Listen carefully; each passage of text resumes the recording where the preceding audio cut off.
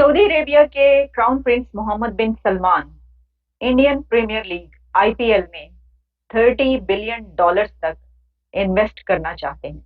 UAE India में 50 billion dollars की investment करेगा। यूएई जो है वो आने वाले टाइम में इंडिया में 50 बिलियन डॉलर जो है वो इन्वेस्टमेंट करने जा रही है। ये दुबई डेस्परेटली अपने 50 बिलियन डॉलर्स की इन्वेस्टमेंट करना चाह रहा है भारत के अंदर। तो अगर आप सोचिए, अब उनसे अगर पेट्रोल की हमारी डिपेंडेंस कम हो जाए तो उनको तो वो जो हमसे सामान ले रहे हैं वो तो उनको चाहिए होगा, क्योंकि वो हमसे फूड बास्केट लेते हैं, वो हमसे खाने का सामान लेते हैं, मैन्युफैक्चरिंग यूनिट लेते हैं, वो तो उनको लेना ही पड़ेगा। लेकिन हमें पेट्रोल नहीं लेंगे तो हमारा पैसा कितना बचेगा? रिवाज जी, आप ये खुद सोचिए। तो पॉइंट यही है कि इंडिया का जैसे जैसे डिपेंडेंस कम होगा ऑयल पे, वैसे वैसे रिसोर्सेज और रेवेन्यू जो है वो सऊदी अरेबिया और अरेबिक वर्ल्ड का गिरेंगे। जैसे ही उनका रेवेन्यू गिरेगा, उनको सोचना पड़ेगा कि भाई हमें करना क्या है, हमारा फ्यूचर क्या है। तो उनको ये समझ में आ गया कि future of wealth generation is in India. Hi friends, welcome back to Pra News. Saudi Arabia's interest in acquiring a stake in the Indian Premier League, IPL, has triggered discussions within the global sports and investment communities. Crown Prince Mohammed bin Salman's advisors explored the idea of moving the IPL into a holding company with an estimated valuation of $30 billion during his visit to India in September. If the plan proceeds, Saudi Arabia may acquire a multi-billion-dollar stake, pending a decision by the Indian government and the Board of Control for Cricket in India, BCCI, after next year's elections. Concurrently, the UAE considers a significant investment of up to $50 billion in India, its second-largest trading partner, following discussions between India's Prime Minister, Narendra Modi, and UAE President Sheikh Mohammed bin Zayed. This reflects the growing ties between the two nations. Modi's recent visit to Abu Dhabi marked his fifth trip to the Gulf nation since he assumed office in 2014. The last Indian premier to visit the UAE prior to him was Indira Gandhi in 1981. Since Narendra Modi took office, India's relationships with all Gulf countries have strengthened, with 6 top Gulf nations even bestowing upon him their highest national awards. Now, let's explore Pakistan's reactions to these developments. Saudi crown Prince के advisers ने बात की है Indian government की authorities से और IPL में वो मल्टी बिलियन डॉलर्स इन्वेस्टमेंट करना चाहते हैं। और इसके लिए अब ये खबर है कि Saudi Arabia has reportedly suggested an investment of approximately 40,000 crore $5 billion in the league. Additionally, they propose assisting in expanding the IPL presence globally. यानी कि सऊदी अरेबिया चाहता है कि अब आईपीएल को वो ग्लोबल लेकर जाए। और सऊदी अरेबिया के crown prince Mohammed bin Salman, जो कि स्पोर्ट्स में बहुत ज्यादा इंटरेस्ट लेते हैं, अब वो ये समझते हैं कि आईपीएल, इंडियन प्रीमियर लीग, एक ऐसी टीम है कि जो बहुत ज्यादा प्रॉफिटेबल है और बहुत कमाल का खेलती है और इस पर अब पैसा लगाना चाहिए।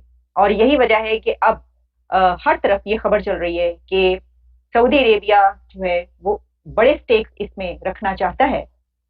अबू धाबी की तरफ से ये कंसिडर किया जा रहा है कि इंडिया के लिए 50 बिलियन डॉलर्स की इन्वेस्टमेंट का प्लान है और ये अगले कुछ महीनों में इसकी अनाउंसमेंट हो जाएगी। ये दुबई डेस्परेटली अपने 50 बिलियन डॉलर्स की इन्वेस्टमेंट करना चाह रहा है भारत के अंदर। अगर अभी हम बात करें तो भारत की और दुबई की टोटल 77 बिलियन डॉलर्स की ट्रेड हो रही है, जिसमें से अगर फैक्ट्स पर बात की जाए तो ज्यादा इंपोर्ट भारत करता है, तेल और गैस की इंपोर्ट भारत करता है। हम सब जानते हैं कि आने वाले अरसे में तेल और गैस का रुझान खत्म होने वाला है, जिसका खतरा दुबई को बहुत ज्यादा लाहिक हो रहा है और दुबई सिक्योर खेलना चाह रहा है। 50 बिलियन डॉलर्स की इन्वेस्टमेंट भारत के अंदर करना चाह रहा है। अगर पाकिस्तान के ट्रेड की बात की जाए दुबई के साथ 2021 के फिगर्स को देखा जाए तो टोटल 5.36 बिलियन डॉलर्स की ट्रेड हमारी दुबई के साथ हो रही थी। इसके अलावा भारत और दुबई के दरमियान एक और मुआहिदा भी साइन हुआ है, जिसके मुताबिक भारतीय स्टूडेंट्स दुबई के स्टूडेंट्स के साथ मिलकर कोई भी प्रोजेक्ट कर सकते हैं, उनके तालीमी इदारों में जा सकते हैं और दुबई के स्टूडेंट्स कभी भी भारत के तालीमी इदारों में आकर कोई भी कारनामा सरंजाम दे सकते हैं, कोई भी किसी भी प्रोजेक्ट पर काम कर सकते हैं, रिसर्च कर सकते हैं। बहुत बड़ी डील साइन हो रही है दोनों ही ममालिक के दरमियान और दुबई बहुत डेस्परेट है अपनी इन्वेस्टमेंट को लेकर जो वो भारत में करने वाला है। इससे पहले की बात की जाए तो दुबई की बहुत बड़ी कंपनी इमार ने भी बहुत बड़ी इन्वेस्टमेंट कश्मीर के अंदर की। अगर हम दुबई की बात करें, आपको पता है कि मुस्लिम हब है। अगर हम सऊदी की बात करें, वो भी मुस्लिम हब है। अगर दोनों की कंट्री के अभी इन्वेस्टमेंट रेट की बात करें तो ज्यादा हिंदुस्तान के साथ है। तो $50 बिलियन दुबई जो है वो हिंदुस्तान में इन्वेस्ट करने जा रहा है। क्या वजूहत है? डेली बेसिस पे अगर हम देखें तो उनकी कोई ना कोई ऐसी अचीवमेंट हिंदुस्तान के साथ नजर आती है कंसर्न में। क्यों? देखिए, हिंदुस्तान एक तो बहुत बड़ी इकोनॉमी है और दूसरी बात ये कि हिंदुस्तान जो है पाकिस्तान से काफ़ी ज़्यादा स्टेबल है, क्योंकि वो डिफरेंट चीज़ें हैं जो मैटर करती हैं। जिस तरह वहाँ पे करप्शन नहीं है, वहाँ पे डेमोक्रेसी है और वो ट्रू स्पिरिट के साथ इम्प्लीमेंट भी होती है। तो इसलिए वो कंट्रीज़ चाहती हैं कि हम उन कंट्रीज़ में इन्वेस्ट करें जहाँ पे हमारी इन्वेस्टमेंट सेफ हो और जहाँ से हमें रिटर्न मिले। तो बीइंग अ पाकिस्तानी सिटीजन, हम तो अपने मुल्क को अच्छा समझते हैं, लेकिन पाकिस्तान एक स्टेबल इकोनॉमी नहीं है, स्टेबल कंट्री नहीं है और स्टेबल डेमोक्रेसी भी यहाँ पे नहीं एग्जिस्ट करती। तो इसलिए वो उनका रुख जो है वो भारत की तरफ हुआ है और भारत में वो देखते हैं कि हमें काफ़ी प्रोडक्ट्स हैं, इलेक्ट्रिसिटी के इशू नहीं है, वो चीप प्राइसेस में मिलते हैं। तो ये ट्रेड हो गया उनका बायलैटरल जितना भी है, तो वो काफ़ी इंडिया के साथ जो है ना उसको काफ़ी फ़रोग़ मिल रहा है। तो इसी वजह से वो जो है वो ह्यूमन एक्सचेंज हो गया या फिर लेबर एक्सचेंज हो गया या टूरिस्ट हो गया, वो जितना भी सिस्टम है वो इंडिया के साथ कनेक्ट रहकर करना चाहते हैं, क्योंकि दुनिया पूरी इकोनॉमी ओरिएंटेड हो चुकी है। तो इसलिए हर कोई अपना फोकस अपने इंटरेस्ट की तरफ बढ़ाता है, ना कि बस के हम मुस्लिम कंट्री हैं तो हमें मुसलमानों की हेल्प करनी चाहिए। इस तरह से अब कोई भी नहीं सोचता। फाइनेंशियली जो कंट्री स्ट्रांग होगा, जो उनके साथ खड़ा रहेगा, तो वो उन्हीं की सपोर्ट करेंगे। अगर आप एक फ्यूचरिस्टिक अप्रोच रखती हैं, अगर आपके अंदर थोड़ी सी विजन है, तो आप चीज़ों को समझ सकती हैं कि जो यूएई और ये जो अरब वर्ल्ड है, इसकी जो इकोनॉमिक प्रॉस्पेरिटी है, इसका अंडरलाइंग सोर्स उनका ऑयल है या जो भी गैसेस हैं।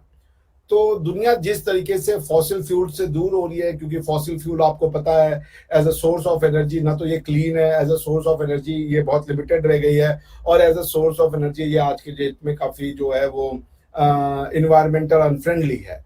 तो उसको देखते हुए ऑल्टरनेटिव एनर्जी की ओर दुनिया बहुत तेजी से भाग रही है, and there is a considerable change in world's approach towards energy. तो डिफरेंट फॉर्म्स ऑफ एनर्जी आ रहे हैं, सोलर एनर्जी आ रहा है, फिर उसके बाद हाइड्रो एनर्जी आ रहा है, फिर उसके बाद आप देखें और भी तरीके के जो एनर्जीज आ रहे हैं, जो नॉन फॉसिल फ्यूल एनर्जीज जिनको आप कहते हैं, वो ढूंढे जा रहे हैं। तो आने वाले 10 साल में जो भी समझदार आदमी है उसको ये बात पता है कि आने वाले 10 साल में या मे बी उससे भी कम समय में there will be sea change in a way energy is perceived। तो क्वेश्चन बस ये है कि फिर जब हमारी इकोनॉमिक ग्रोथ के लिए एनर्जी के ऑल्टरनेटिव फॉर्म्स अवेलेबल होंगे, तो फिर हमारी डिपेंडेंस जो है वो ये अरब कंट्रीज जो है उनसे बहुत ज़्यादा कम हो जाएगी। और उसके बाद जब वो कम हो जाएगी तो उनकी इकोनॉमिक ग्रोथ का जो इकलौता सोर्स है वो तो एनर्जी, और ये जब वो उतना बेच नहीं पाएंगे मार्केट में, तो उनको तो ऑल्टरनेटिव पाना होगा ना कि भाई आज हमारी ये 10 साल बाद एनर्जी खत्म हो जाएगी, फिर कहाँ से पैसा आएगा? रखा हुआ पैसा तो आप सारी जिंदगी नहीं खा सकती है ना। तो उनको अपनी ये जो फ्यूचर प्रोस्पेरिटी है इसको डाइवर्सिफाई करना है। और इस रीजन में हिस्टोरिकली, कन्वेंशनली, सिविलाइजेशनली 2 ही कंट्रियां हैं जहां जिन्होंने की वेल्थ क्रिएशन का वो वेल्थ क्रिएशन का हिस्टोरिकल एविडेंस दिया है, वो है चाइना और इंडिया। तो वो चाइना में भी अपने आप को प्रोजेक्ट करने की कोशिश कर रहे हैं, but the edge is with India, given that it is democratic, given that it gives freedom to every religion, even the religion which is antithetical to India itself। मतलब कुछ ऐसे रिलीजन है जो कहते हैं कि हम इंडिया को ही खत्म कर देंगे, स्टिल इंडिया उनको प्लेस देता है अपने यहाँ, उनको ग्रो करने के लिए जगह देता है। तो इंडिया जो है वो एक सॉर्ट आफ्टर डेस्टिनेशन है। तो अरबों को पता है कि आज ये जो जिस पेट्रो डॉलर के ऊपर उछल रहे हैं उसमें से बहुत जल्दी पेट्रो खत्म हो जाएगा, और जैसे ही पेट्रो खत्म हुआ डॉलर कहाँ से आएगा ये उनको सोचना है। तो उनको ये पता चल गया है कि India is the right place to invest. अब जैसे सऊदी अरेबिया आप देखें आज पढ़े तो वो आईपीएल में स्टेक अपना देख रहे हैं, बिकॉज आईपीएल जो है वो इतना बड़ा स्पोर्ट्स का वो बन चुका है, क्या कहते हैं, एक फ्रेंचाइजी कि वो वर्ल्ड जो फुटबॉल जो सॉकर है उस तरीके का रेवेन्यू वो जनरेट करता है। तो Saudi Arabia is eyeing even pi in IPL का जो हमारा वो है फ्रेंचाइजी है। सो there is nothing surprising in what UAE is doing. It is, if anyone with even an iota of vision and an iota of understanding of the future of world, वो यही action लेगा। सो वो जो कर रहे हैं उसमें कोई आपको अगर सरप्राइज हो रहा है, क्योंकि आप तो दुनिया को एक ही तरीके से देखती है, इस्लाम इस्लाम इस्लाम, आलम इस्लाम, इसके अलावा कुछ नहीं है। आलम इस्लाम जो है वो अब आलम इंसान बनने जा रहा है। अगर वो आलम इंसान का हिस्सा नहीं बनेंगे तो उनका ही नुकसान है, क्योंकि दुनिया तो आलम वर्ल्ड बनने जा रही है, आलम इंसान आलम मानवता बनने जा रही है।